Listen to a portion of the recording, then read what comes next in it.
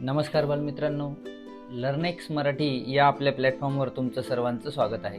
आज आपण अपूर्णांक या पाठावरचा भाग 2 बघणार आहोत, ज्यामध्ये आपण सममूल्य अपूर्णांक ही संकल्पना बघणार आहोत. सममूल्य अपूर्णांक म्हणजे काय तर बघा, आता आपल्या समोर ह्या 3 आकृत्या आहेत. आता या आकृत्याला तुम्ही तुमच्या आवडीनुसार चपाती, पिझ्झा, अजून केक जे काही समजायचं ते समजू शकता. ठीक आहे. आता बघा, या आकृतीमध्ये पहिल्या जर मला एवढा भाग भेटत असेल तर मला किती भाग भेटायला आहे? अर्धा भाग. किती भाग? अर्धा.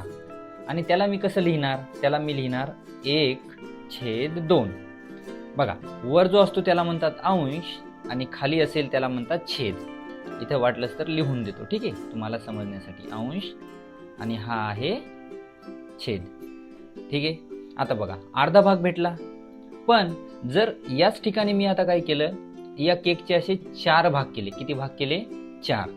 आणि या 4 भागातले हे 2 भाग काय झाले? मला मिळाले. कुणाला मिळाले? मला. म्हणजे एकूण भाग किती येतं? 4, जे आपण छेदामध्ये लिहितो. आणि त्यापैकी मला किती मिळाले? 2 भाग. बरोबर आहे. पण आता अजून एक दुसऱ्या पद्धतीने बघा. इथं मला अर्ध भेटलं होतं, या ठिकाणी सुद्धा मला किती हिस्सा भेटलाय किंवा हिस्सा मिळाला? अर्धा. किती मिळाला? अर्धा.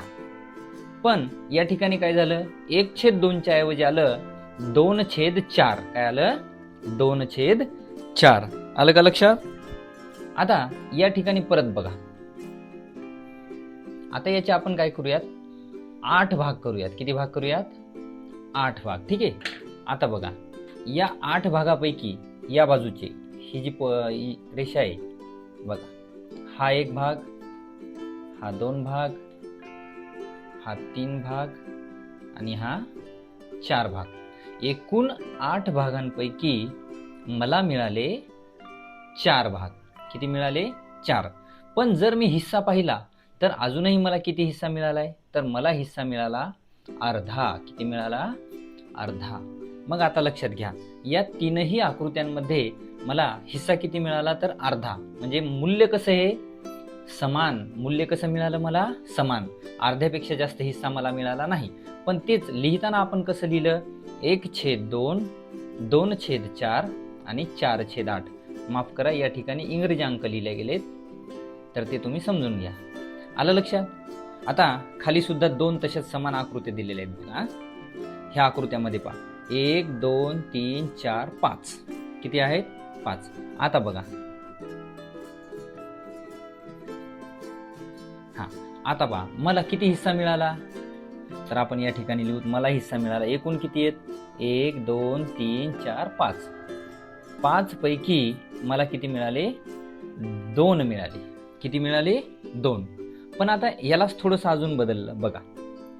याला आता ह्याचे आपण भाग केले 10. किती भाग केले? 10. बघा, आता एकूण भाग आपण छेदात लिहितो 10. आणि 10 पैकी मला किती मिळाले? 1, 2, 3 आणि 4. 10 पैकी किती मिळाले? 4. बघा, आलं लक्षात? म्हणजे माझा हिस्सा बदललाय का? मला तेवढंच भेटला, पण अंक काय झाले? बदलले. मग जेव्हा भाग तेवढाच राहतो पण अंक बदलतात, तेव्हा त्या अपूर्णांकाला आपण म्हणतो सममूल्य अपूर्णांक. कोणता अपूर्णांक? सममूल्य. अजून एक शेवटचं उदाहरण बघूयात. पहा, आता या ठिकाणी आपण काय करूया त्याचे? पाहत आहे. आता या ठिकाणी मला तेवढेच किती भाग भेटलेत? 5 पैकी 3. 5 पैकी 3 भाग मिळाले. ठीक आहे. आता थोडासा बदल करूयात बघा. आता याचे किती भाग झाले? 1, 2, 3, 4, 5, 6, 7, 8, 9, 10, 11, 12, 13, 14, 15. एकूण भाग झाले 15, जे की आपण छेदात लिहितो. पैकी मला किती मिळाले? 1, 2, 3, 4, 5, 6, 7, 8 आणि 9. मला किती मिळाले? 9 भाग मिळाले. आलं लक्षात? तर अशा पद्धतीने हे आहे सममूल्य अपूर्णांक, ज्यामध्ये अपूर्णांक आहे तेवढाच राहतो, पण काय होते? त्याचे अंक बदलतात. काय होतात? अंक बदलतात. आता पुढे आपण अपूर्णांक कसा ओळखावा याचे नियम बघूयात. आता बघा, या ठिकाणी हा अपूर्णांक वाचायचा आहे आपल्याला. अपूर्णांक आहे 2/5 आणि त्याच्या समोर अपूर्णांक आहे 6/15. या अपूर्णांक जर आपण निरीक्षण केलं तर आपल्या काय लक्षात येते बघा. 2च्या तिप्पट आपण केलं तर आपल्याला 6 भेटतात. बे 2 4, बे 6. आणि 5च्या तिप्पट आपण केलं तर आपल्याला 15 मिळतात. किती मिळतात? 15. म्हणजे जर आपण अंशला 3 न गुणलं आणि छेदाला 3 न गुणलं तर आपल्याला हा अपूर्णांक भेटतो. बरोबर आहे. मग यावरून असा नियम तयार होतो की अपूर्णांकातील अंशाला व छेदाला एकाच, या ठिकाणी आपण एकाच म्हणजे 3 ने गुणलं, शून्येतर संख्येने गुणले. कोणत्या संख्येने? शून्येतर, म्हणजे शून्य सोडून, शून्यानं गुणायचं नाही, तर त्या अपूर्णांकाशी सममूल्य अपूर्णांक मिळतो. मग बघा, तर आपल्याला कसा अपूर्णांक मिळाला? सममूल्य अपूर्णांक मिळाला. आता हे आणखी उदाहरणांच्या साहाय्याने समजून घेऊयात. बघा, या ठिकाणी आहे 4/5. नियम काय म्हणतो? अंशाला आणि छेदाला एकाच संख्येनं गुणा. चला गुणूयात. 4 गुणिले 5, 5 गुणिले 5 बरोबर 4 पंचे 20 आणि 5 5 25. आता इथं बघा, इथं मला 5 पैकी 4 भाग भेटले होते. इथं सुद्धा मला 25 पैकी 20 भाग भेटले. म्हणजेच प्रत्येकी 5 पैकी 4 भाग मला या ठिकाणी मिळाले. इथे बघा, आता इथं 2 न गुणूया. 7 दुने 14 आणि छेदाला पण 2 न गुणा. 10 दुने 20. 10 पैकी 7 भाग भेटले मला आणि इथं 20 पैकी 14 भाग भेटले. माझा हिस्सा बदलला का? नाही. पुढे बघा, 5 गुणिले 4 आणि 8 गुणिले 4. 5 चोक 20 आणि 8 चोक 32. या ठिकाणी सुद्धा 8 पैकी मला 5 हिस्से मिळाले होते. इथं 32 पैकी 20 हिस्से मिळाले. माझा हिस्सा बदलला नाही. आता अजून एक उदाहरण, हा झाला गुणाकाराच्या साहाय्यानं. बघा, या ठिकाणी 6/15 व 2/5 आहेत. आता या दोन्हीचा काही संबंध लागतो का बघा. आपण जर पाहिलं, जर आपण या 6ला 3 ने भागलं, कितीने भागलं?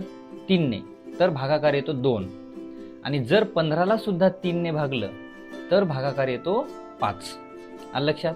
म्हणजे जर या दोन्हीला आपण अंश व छेदाला एकाच संख्येने भागलं तरी सुद्धा आपल्याला काय मिळतो? सममूल्य अपूर्णांक मिळतो. बघा, आता नियम काय म्हणतो मग? अपूर्णांकातील अंश व छेदाला एकाच संख्येने भाग जात असेल, आता भाग नाही गेला तर मग मुद्दा संपला, पण जर भाग जात असेल तर भाग दिल्यावर मिळणारा अपूर्णांक दिलेल्या अपूर्णांकाशी सममूल्य असतो. बघा, मग 3 भाग गेला, मग मिळणारा अपूर्णांक कसा आहे? सममूल्य आहे. आता हे आपण खालच्या उदाहरणाच्या साहाय्याने पाहू. आपण या दोन्हीला 2 न भागूत. 2 भागिले 2. 8ला जर 2 न भागलं तर आता बघा, या ठिकाणी पहा, 8ला जर आपण 2 न भागलं तर आपलं उत्तर आलं 4. काय आलं? 4. आणि त्याच पद्धतीने आपण 12ला 2 न भागलं तर आपलं उत्तर येते 6. म्हणजे 12 पैकी 8 हिस्से मला मिळत होते, इथं 6 पैकी 4 हिस्से मला मिळत आहेत. आता पहा, या दोन्हीला एका संख्येने भाग जातो 10 न आणि याला सुद्धा 10 ने, तर उत्तर येते आपलं 20चे जर 10 भाग केले तर 2 आणि 50 भागिले 10 5. बघा, 50 पैकी 20 रुपये मिळू लागले. म्हणजे 10च्या 5 नोटापैकी 2 नोटा, 10च्या 5 नोटापैकी 2 नोटा मिळाल्या. काही किंमत बदलली का? नाही. या ठिकाणी बघा, आता या दोन्हीला 8 ने भागूयात. बघा, 8 चोक 32 आणि 8 8 64. बघा, 64 पैकी 32 म्हणजे मला अर्धा हिस्सा मिळू लागला आणि 8 पैकी 4 म्हणजे सुद्धा काय? मला अर्धा हिस्सा मिळालाय. आलं लक्षात? म्हणून याला म्हणतात सममूल्य अपूर्णांक. पुढे बघा, आता या दोन्हीला 9ला 3 ने भागा आणि 12ला 3 ने भागा. 3 त्रिक 9 आणि 3 चोक 12. बघा, आधी मला 12 पैकी 9 हिस्से मिळत होते, आता 4 पैकी 3 मिळाले. म्हणजे माझ्या हिस्स्यामध्ये फरक पडला नाही. आता हे तुम्ही सोडवायचं. आलं लक्षात? तर अशा पद्धतीने आपण सममूल्य अपूर्णांक ही संकल्पना पाहिली. पुढच्या भागामध्ये आपण अपूर्णांकाची बेरीज आणि समच्छेद अपूर्णांकाची वजाबाकी पाहणार आहोत. थँक्यू.